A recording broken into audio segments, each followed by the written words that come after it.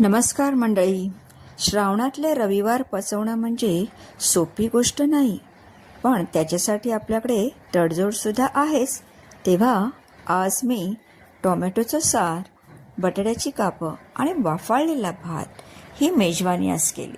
बघा, तुम्हालाही नक्कीच आवडेल. तेव्हा रविवार असू दे किंवा बुधवार, श्रावणातले हे वार अशा काही पदार्थाने तुमचा सहज निघून जाईल. मला तर हा बेत खूप आवडला, तुम्हालाही आवडेल. करून बघा. Happy Shravan, happy Sunday.